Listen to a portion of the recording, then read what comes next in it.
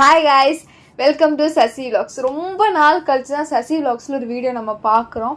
ஏன்னா உங்களுக்கே தெரியும் நான் வந்து கன்சீவாக இருந்தேன். ஸோ டெலிவரி, ஸோ அதுக்கப்புறமேட்டு போஸ்ட் பார்ட்டம் அப்படின்னு கொஞ்சம் கேப் நான் நிறையாவே எடுத்துட்டேன். நம்ம சப்ஸ்கிரைபர்ஸ் ஃப்ரெண்ட்ஸ் எல்லாருமே என்கிட்ட கேட்குற தொடர்ந்து வந்த ஒரே ஒரு கொஸ்டின்ஸ், உங்களுக்கு டெலிவரி எக்ஸ்பீரியன்ஸ் சொல்லுங்க, அதை பற்றி ஒரு வீடியோ போடுங்க. ஸோ அதுக்காக எனக்கு இப்போதான் ஒரு டைம் கிடைச்சிது. ஸோ டுடே நான் என்ன சொல்ல போகிறேன்னு பார்த்தீங்கன்னா என்னோட டெலிவரி எக்ஸ்பீரியன்ஸ் பற்றி அண்ட் நான் என்னென்ன எமோஷன்ஸை வந்து பார்த்தேன் அண்ட் அதுலேருந்து எப்படி நான் ஓவர் கம் பண்ணி வந்தேன் அப்படிங்கிறத நான் உங்கள்கிட்ட சொல்ல போகிறேன். ஸோ வாங்க நம்ம வீடியோக்குள்ளே போகலாம். ஸோ ஃபர்ஸ்ட் வந்துட்டு நம்ம ஃபர்ஸ்ட் ட்ரைமஸ்டர்லேருந்து பார்க்கலாம். அப்போ தான் கொஞ்சம் ஈஸியாக இருக்கும். நிறைய பேருக்கு ஷார்ட்டாக ஒரே வீடியோவில் புரியறதுக்கும் ரொம்ப யூஸ்ஃபுல்லாக இருக்கும். ஸோ வந்து ஃபர்ஸ்ட் 3 மந்த் தான் வந்து ஃபர்ஸ்ட் ட்ரைமஸ்டராக கன்சிடர் பண்ணுறாங்க. அதே மாதிரியே செகண்ட் 3 மந்த் வந்து second trimester and last 3 month வந்து தேர்ட் ட்ரைமஸ்டர். ஸோ ப்ரெக்னென்சி இந்த 3 டிவிஷனாக தான் பிரிக்கிறாங்க. ஃபர்ஸ்ட் ட்ரைமஸ்டர் வந்துட்டு நிறைய உமன்ஸுக்கு வந்துட்டு வாமிட்டிங் ஸ்டார்ட் ஆகும் அண்ட் வந்துட்டு மார்னிங் சிக்னஸ் இருக்கும். சில ஃபுட் வந்து அவங்களுக்கு ஒத்துக்காது, விருப்பமே இருக்காது, சாப்பிடணும் தோணாது,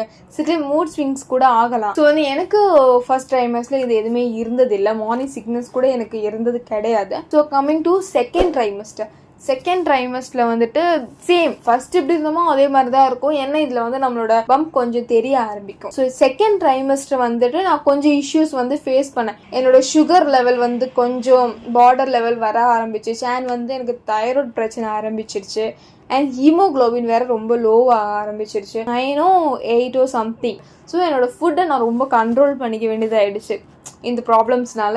அண்ட் வந்துட்டு எனக்கு ஒரு சைட் பேக் பெயின் ரொம்ப ஹெவியாக ஆரம்பிச்சு. என்னால் தூங்க முடியாது நைட்டு. ஏன்னா பேக்ல ரொம்ப பெயின் எடுக்கும். ஏன்னா நான் டெய்லியுமே வந்து எனக்கு தெராபிஸ்ட் கிட்ட போய் அந்த ஹீட் பேக் வச்சா மட்டும் தான் எனக்கு கொஞ்சம் ரிலீஃபாக இருக்கும். அண்ட் அதுக்கு டேப்லெட் எடுத்துக்கிறேன், அதுக்கு ஆயில்மெண்ட்ஸ் எடுத்துகிட்டு இருந்தேன். ஸோ நீங்களே நினச்சி பாருங்க, கொஞ்சம் டிஃபிகல்ட்டாக தான் இருக்கும் நமக்கு. அதெல்லாம் தெராபிஸ்ட் கிட்ட ட்ரீட்மெண்ட் எடுக்கிற வரைக்கும் போயிடுச்சு என்னோட செகண்ட் ட்ரைமஸ்டர் வந்துட்டு. ஸோ இதெல்லாமே வந்து ப்ரெக்னென்சியில் ஒவ்வொரு லேடிஸுமே ஒவ்வொரு ப்ராப்ளம் தான் ஃபேஸ் பண்ணுறோம். ஸோ நான் ஃபேஸ் பண்ணுற அதே ப்ராப்ளம் வந்து நீங்கள் ஃபேஸ் பண்ணணும்னு எந்த ஒரு அவசியமும் கிடையாது. ஒவ்வொரு லேடிஸும் ஒவ்வொரு ப்ராப்ளம்ஸும் நம்ம ஃபேஸ் பண்ணிக்கிட்டே இருக்கோம். கம்மிங் டு வந்து தேர்ட் ட்ரைமஸ்டருக்கு நான் வரும்போது எனக்கு சுகர் லெவல் டோட்டலி வந்துட்டு கம்மி ஆயிடுச்சு. ஏன்னா நான் வந்து சுகர் ரொம்பவே கண்ட்ரோல் பண்ணிக்கிறேன். எனக்கு என்னென்ன இருக்கோ அதெல்லாம் நான் கண்ட்ரோலில் வச்சுக்க ஆரம்பிச்சிட்டேன். நம்ம கொஞ்சம் ஹெல்த்தியாகவும் கொஞ்சம் பேலன்ஸ்டு டயட்டாக இருந்தால் மட்டும்தான் வந்துட்டு டெலிவரி கொஞ்சம் பாசிபிளாக மாற்ற முடியும். ஸோ அதனால் தேர்ட் ட்ரைமஸ்டில் வந்துட்டு நான் செக் பண்ணுவது எனக்கு சுகர் வந்து கம்ப்ளீட்லி நார்மலாக இருக்குது. தைராய்டு எனக்கு அப்போவுமே இருந்துச்சு. ஸோ வந்து ஹீமோக்ளோபினுமே எனக்கு இன்க்ரீஸ் ஆக ஆரம்பிச்சிச்சு. அண்ட் தென் வந்துட்டு பேக் பெயினுக்கு சுத்தமாக இல்லை. எனக்கு இந்த ப்ராப்ளம்ஸ்லாம் எல்லாமே வந்து தேர்ட் ட்ரைமஸ்டில் எனக்கு ஃபுல்லாக வந்து க்யூர் ஆயிடுச்சு. ஆனால் தைராய்டு மட்டும் எனக்கு இருந்துச்சு. அதுக்கு நான் டேப்லெட்ஸ் எடுத்துகிட்டு தான் இருந்தேன். ஸோ அப்படி இருக்கும்போது தான் ஒரு நாள் வந்து எனக்கு பீரியட்ஸ் பெயின் மாதிரி எனக்கு பெயின் ஸ்டார்ட் ஆக ஆரம்பிச்சிருச்சு. ஸோ ஐ திங்க் வந்துட்டு எனக்கு இதான் டெலிவரி பெயினா, ஃபால்ஸ் பெயினா, ட்ரூ பெயினா எனக்கு தெரியல. ஸோ அது ஒரு 15 மினிட்ஸ்லேயே வந்து ஸ்டாப் ஆகிடுச்சு. அப்போ தான் தெரிஞ்சது ஜஸ்ட் ஒரு ஃபால்ஸ் பெயின் தான், ட்ரூ பெயின் கிடையாது அப்படின்னு. ஸோ அந்த ஃபால்ஸ் பெயின் வந்தாலே நீங்கள் ஃபிக்ஸ் பண்ணிக்கோங்க. அது வந்து ஒரு 2-3 வீக்லேயே வந்துட்டு உங்களுக்கு ட்ரூ பெயின் வரதுக்கு நிறையவே சான்ஸ் இருக்குது. ஸோ வந்து பி ப்ரிப்பேர்டாக இருந்துக்கோங்க. ஹாஸ்பிட்டல் பேகு, பேபி எசென்ஷியல்ஸ் எல்லாமே ப்ரிப்பேர்டாக வச்சுக்கிறது ரொம்ப யூஸ்ஃபுல். ஏன்னா லாஸ்ட் டைமில் நம்ம எதுவுமே எடுத்துகிட்டு போக முடியாது. ஸோ இதெல்லாம் நீங்கள் முன்னாடியே ப்ரிப்பேர் பண்ணிங்கன்னா உங்கள் பார்ட்னருக்கு இதெல்லாம் எடுத்துகிட்டு வரதுக்கு ரொம்பவே ஈஸியாக இருக்கும், யூஸ்ஃபுல்லாகவும் இருக்கும் உங்களுக்கு.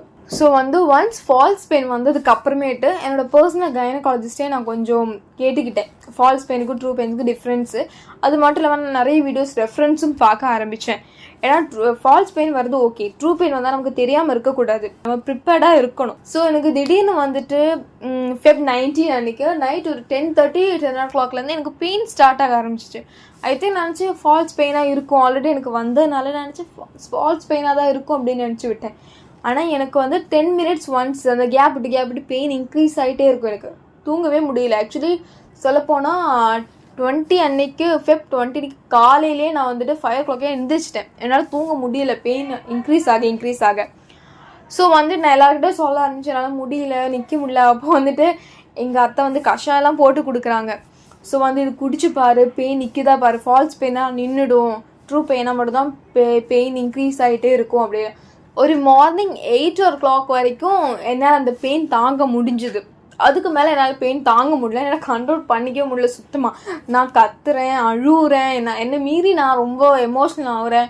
ஏன்னா 70% எனக்கு தெரிஞ்சிடுச்சு இது ப்ரெக்னென்சி தான் இருக்கும். அப்படி அப்போ கூட எனக்கு ஷுவராக தெரில. 70% ஐ எம் ஷுர் அபவுட் எஸ் இன்றைக்கி தான் டெலிவரி நடக்கும் அப்படிங்கிற ஒரு நம்பிக்கை எனக்கு இருந்துச்சு.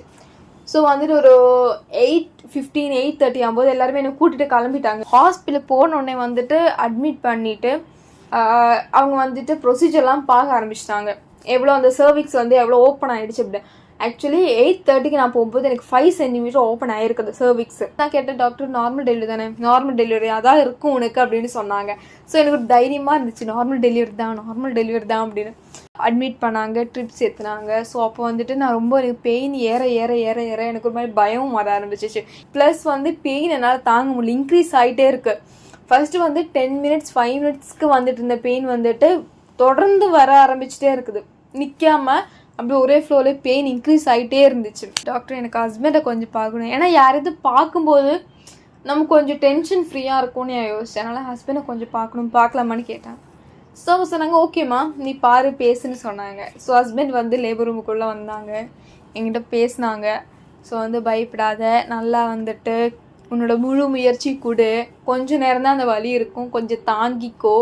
ஸோ வெளில வந்துட்டா எதுவுமே யோசிக்க தேவையில்லை, அவனுக்காக வந்து கொஞ்சம் பொறுத்துக்கோ, கொஞ்சம் பார்த்துக்கோன்னு சொல்லிட்டேன்னா அவங்களுக்கும் ஒரு பக்கம் டென்ஷனாக இருந்துச்சு, என்ன நடக்க போகணுன்னு தெரியாது இல்லையா, டென்ஷனாக இருந்துட்டு அவங்களும் போயிட்டாங்க. டெலிவரிக்கு ப்ராசஸ் ஆரம்பிச்சிட்டாங்க. பெயின் வரும்போது டக்குன்னு புஷ் பண்ணணும்னு சொன்னாங்க. குழந்தை வந்து எனக்கு ரொம்ப ஹெல்ப் பண்ணுறாங்க, ரொம்ப கீழே வர, இதுக்கு மேலே உன்னை ஹெல்ப் பண்ண முடியாது, இனிமேல் உன் கையில் தான் இருக்குது புஷ் பண்ணுறது அப்படின்னு சொல்லிட்டாங்க. ஸோ பெயின் வரும்போது நான் டக்குன்னு புஷ் பண்ணேன். ஒரு 4 புஷ்ஷஸ் தான் பண்ணேன், அதுக்குள்ளே பேபி வெளியில் வந்துச்சு. அப்படியே தூக்கி காட்டுறாங்க, என்ன குழந்தைன்னு கேட்குறாங்க. நான் பையன் டாக்டர்னு சொல்லி அப்படியே நான் படுத்துறேன். அந்த மூமெண்ட்ஸ் அப்படியே என் கண்ணிலேயே இருக்கு. ஹஸ்பண்ட் ரொம்ப பிடிச்சனால அவரை மாதிரியே ஒரு குழந்தை வேணும்னு ஆசைப்பட்டேன். எடுத்தோடனே யார்கிட்டையும் கொடுக்காதீங்க, ஹஸ்பண்டுக்கு அப்படியே ஹஸ்பண்ட் கையில் ஃபஸ்ட்டு குழந்தைய கொடுங்க. நான் கேட்குறேன் நர்ஸ்கிட்ட, என்ன பண்ணாரு, வாங்கினாரா, என்ன பண்ணாரு, அழுதாரா, சிரிச்சாரா, குழந்தைய கொஞ்ச நேரம்லாம் நான் கேட்டேன். ஆனால் ஒரு மெயின் மிஸ்டேக் வந்து நான் என் சைட்லேருந்து பண்ணிக்கிட்டேன். அது என்னன்னா வந்துட்டு பெயின் இருக்கும்போது வந்துட்டு நான் கொஞ்சம் சாப்பிட்டேன். அது வந்துட்டு ஹாஸ்பிட்டல் போகும்போது ஏம்மா சாப்பிட்டேன் அப்படின்னு கேட்டாங்க.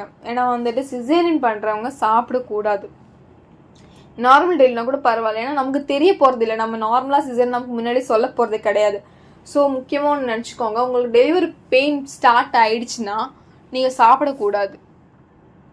ஏன்னா சாப்பிட்டா அவங்க இனிமா வச்சு வெளில எடுத்துருவாங்க, அது உங்களுக்கு இன்னும் கஷ்டமாக இருக்கும் அந்த பெயினில். ஸோ மேக்ஸிமம் வந்து பெயின் வந்துட்டா சாப்பிடாமல் இருக்க ட்ரை பண்ணுங்க. ஸோ வந்து டெலிவரிலாம் முடிச்சதுக்கப்புறம் அந்த வீல் சேரில் உட்கார வச்சு என்னை ரூமுக்கு வந்துட்டு கொண்டு போய் வைக்கிறாங்க. ஏன்னா வந்து எபிசோடு ஸ்டிச்சஸ் போட்டுருந்தாங்க. ஸோ அதனால் வந்துட்டு நான் நடக்க முடியல. ஸோ அந்த பெட்டில் கொண்டு போய் வச்சுருந்தாங்க. ஸோ அப்போ என் குழந்தை நல்லா கையில் பிடிச்சி பார்க்குறேன். கையில் பிடிச்சி பார்க்கும் ஒரு மாதிரி ஒரு ஃபீலிங். அதாவது அவங்க எல்லாருமே வந்துட்டு அவங்க குழந்தைய பெற்றெடுத்து கையில் பிடிக்கும் அந்த ஃபீல் வந்து உணர்வீங்க. ஏன்னா அந்த மாதிரி ஒரு மாதிரி நல்ல ஒரு ஃபீல். அது பெட்டில் என்னை ஷிஃப்ட் பண்ணதுக்கு அப்புறமேட்டு 3 days வந்து இருக்கணும்னு சொல்லிட்டாங்க. நார்மல் டெலிவரினா 3 days, சிசரியனா 5 days. ஏன்னா ஸ்டிச்சஸ் வந்து பிரிச்சுட்டு சிசரியன்ஸுக்கு ஸ்டிச்சஸ் எல்லாம் ரிமூவ் பண்ணி தான் வீட்டுக்கு அனுப்புவாங்க. நார்மல் டெலிவரிக்கு அப்படி கிடையாது, 3 days வரைக்கும் இந்த ஸ்டிச்சஸ் கொஞ்சம் ஆற விட்டதுக்கப்புறம் தான் அனுப்புவாங்க. ஃபஸ்ட்டு 2 days வந்து அவனுக்கு சரியாக பால் குடிக்க தெரியல, எனக்குமே வச்சு கொடுக்கவும் தெரியல அந்த டைம் வந்துட்டு. ஸோ வந்துட்டு நான் வந்து பிரெஸ்ட் பம்ப் யூஸ் பண்ணி தான் அவனுக்கு வந்துட்டு மில்க் வந்து ஃபீட் பண்ணேன் 2 days. ஸோ இந்த ஃபஸ்ட்டு 2 days வந்து அவனுமே ரொம்பவே சிரமப்பட்டோம், பால் கொடுக்குறதுலேயே சரி அவன் குடிக்கிறதுலே சரி. ஸோ வந்து ப்ரெக்னென்சி நான் ரொம்ப ஹாப்பியஸ்ட்டாக ஃபீல் பண்ண ஃபியூ திங்ஸ் என்னென்னா வந்துட்டு, ஃபர்ஸ்ட் வந்துட்டு நார்மல் டெலிவரி ஆனது, செகண்ட் வந்து பேபி ரொம்ப ஹெல்த்தியாக வந்தது. 3.270 kgs இருந்தேன் அவன் பிறக்கும் போது, அது ரொம்ப சந்தோஷமாக இருந்துச்சு. அண்ட் தென் வந்து நான் ரொம்ப சிரமப்பட வேண்டியதில்லை.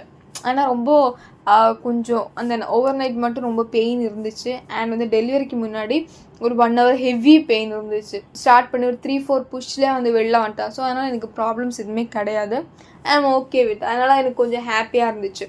ஸோ இதெல்லாம் தான் வந்து எனக்கு ரொம்ப ஹாப்பியஸ்ட்டாக என்னோடய ப்ரெக்னென்சியில் முடிஞ்ச திங்ஸ். ஏன்னா ரொம்ப கஷ்டப்பட வேண்டியதில்லை. ஏன்னா இந்த கஷ்டப்படாமல் இருக்கிறதுக்கு நான் ரொம்பவே கஷ்டப்பட்டிருக்கேன் முன்னாடி.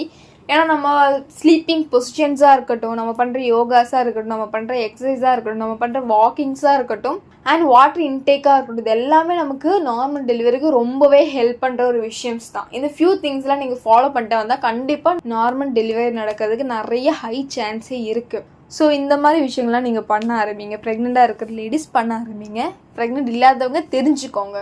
ஸோ என்னோட எக்ஸ்பீரியன்ஸ் எல்லாமே நான் உங்கள் கூட ஷேர் பண்ணிட்டேன். ஹோப்ஃபுல்லி உங்களுக்குமே இந்த வீடியோஸ் ரொம்ப யூஸ்ஃபுல்லாக இருந்திருக்கும். ஸோ உங்களுக்கு ப்ரெக்னன்சி ரிலேட்டட் ஏதாவது டவுட் இருந்தாலுமோ ஒரு நியூபோர்ன் பற்றி ஏதாவது தெரிஞ்சுக்க விரும்பினாலுமே மறக்காமல் கீழே கமெண்ட் பண்ணுங்கள். ஸோ இதோட வந்து நெக்ஸ்ட் வீடியோ நம்ம பார்க்கலாம். மறக்காமல் சசி vlogs சப்ஸ்கிரைப் பண்ணிக்கோங்க, ஷேர் பண்ணிக்கோங்க, லைக் பண்ணிக்கோங்க. பை.